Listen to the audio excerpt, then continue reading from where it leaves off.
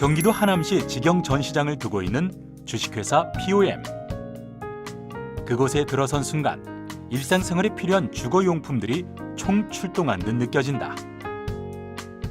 실용성은 물론 디자인까지 겸비한 2천여 가지의 제품들은 구경하는 것만으로도 큰 즐거움을 선사하는데, 저희 주식회사 POM은 폴라샵이라는 브랜드로 해외에서 OEM 생산을 하거나 국내에서 OEM 생산을 해서 홈 인테리어 생활용품을 국내에 유통하고 있는 회사입니다.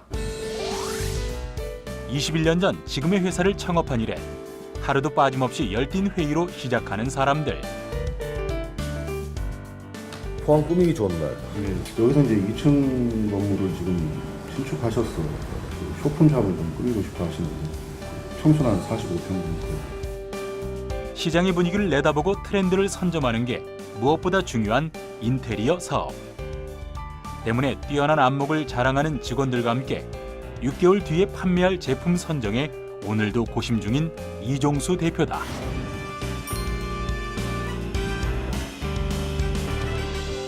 저희와 같은 홈 인테리어 생활용품을 취급하는 대형 회사들도 많이 있습니다.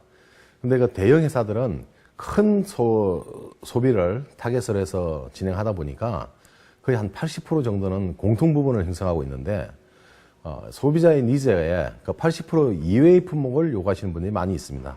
저희와 같은 중소기업에서는 그 20%의 그 좀 특이한 홈 인테리어 생활용품을 요구하고 있는 소비자 타겟을 해서 진행하고 있는 게 대기업에서 진행하는 거와 좀 차별화될 수 있다고 말할 수 있습니다. 100여 군데의 해외 생산처, 40여 군데의 국내 생산처를 두고 있는 주식회사 POM.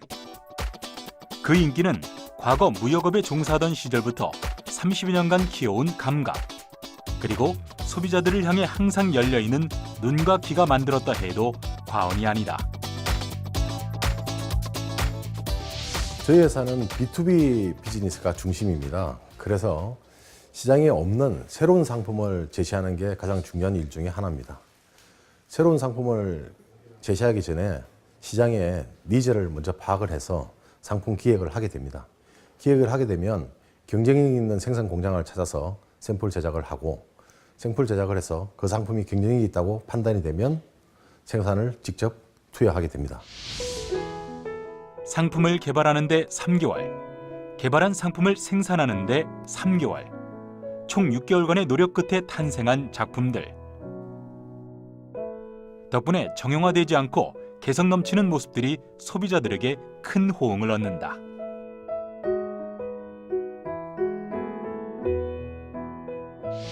대기업과 중소기업의 기업가 정신은 다를 수 있다고 생각합니다. 중소기업은 가족과 같은 작은 조직의 삶의 터전입니다. 이 터전을 공고히 하고 굳건하게 하는 것이 저희 기본 기업가 정신이라고 할 수 있습니다. 무엇보다 함께하는 직원들과 가족 같은 분위기로 오래도록 일하는 게 꿈이라는 이종수 대표. 그가 지금의 자리에 우뚝 서기까지 늘 마음속에 커다란 신념이 되어졌던 특별한 기업가 정신을 들어본다.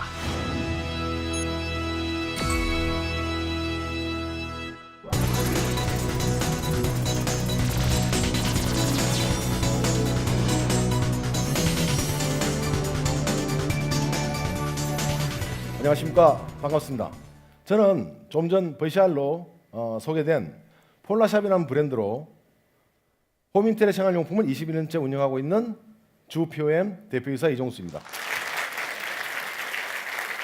화면에 보이는 이 숫자를 한번 봐주십시오. 9988234. 여러분 혹시 이 9988234 이야기를 들어보셨습니까? 아마 꽤 많이 들어보셨나 봅니다. 이 9988234는 99년 동안 팔팔하게 건강하게 잘 살다가 2, 3일 앓다가 사망하면 좋겠다는 축원의 메시지로 건배사로 많이 쓰였던 말입니다. 건배하면 9988234 이렇게 많이 해보셨을 겁니다. 그런데 오늘날에는 이 9988234를 99년 이상 잘 나가던 회사도 2, 3년만 잘못 운영하면 회사가 망할 수도 있다는 4차 산업혁명 시대의 광풍을 예고하는 무서운 말이기도 합니다. 그래서 오늘은 경영 전문가들께서 기업 경영의 핵심이라고 하는 것 중에 저희 회사가 적용하고 있는 몇 가지 안에 대해서 말씀드리고자 합니다. 그 첫 번째가 작은 것도 개선하라입니다. 100이라는 일을 해야 되는데 98, 99만 하고 그 부족한 일을 그냥 방치해 두면 그것이 쌓여서 기업 경영을 굉장히 어렵게 할 수 있다고 생각합니다. 반면에 성공하는 회사도 크게 다르지 않다고 생각합니다. 경쟁회사가 100을 하고 있는데 200, 300을 해야 성공하는 게 아닙니다. 102, 103을 꾸준히 하다 보면 그 잉여 2, 3이 쌓여서 기업을 성공으로 이끈다고 생각을 합니다. 약 30년 전 저희 경험 하나를 말씀드려 보겠습니다. 그 당시 저는 봉제왕구를 수출하는 무역회사의 무역부 직원이었습니다. 지속적으로 오더를 주고 있는 일본의 좋은 바이어가 있었습니다. 그런데 매 선적 때마다 사소한 분량이 돼서 크레임을 계속 치고 있고 그 다음 오더에서 그 금액을 삭감하는 겁니다. 그래서 제가 항의를 하였습니다. 봉제왕구라는 것은 기본적으로 거의 100% 손으로 만드는 것이기 때문에 사소한 분량이 돼서는 감안해 줘야 되지 않느냐고요. 일본 바이어의 대답은 이랬습니다.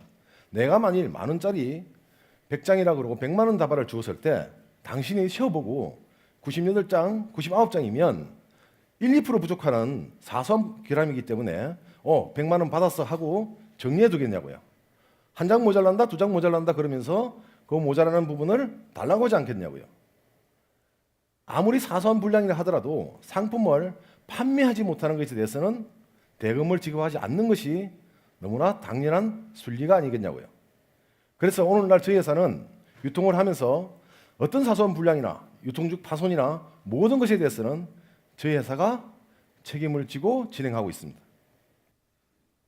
다음은 직원이 핵심이라는 것에 대해서 말씀을 드려보고 싶습니다. 스포츠에서는요, 1부 리그 있고 2부 리그, 3부 리그 있고 수준별 경기를 따로 하기도 합니다. 그런데 기업의 경쟁은 강자만이 살아남을 수 있는 무한 경쟁 사회입니다. 비록 우리가 현재는 3부 리그에서 뛰고 있지만 열심히 노력해서 1부 리그에 도전해 보자고 합니다. 방법은 한 가지밖에 없다고 생각합니다. 스포츠 선수들이 혹독한 동계훈련을 거쳐가지고 그 다음 새로운 시즌에 우승을 하듯이 남들이 8시간 일을 할 때 10시간, 11시간 일해서라도 그들을 따라잡는 방법밖에 없습니다.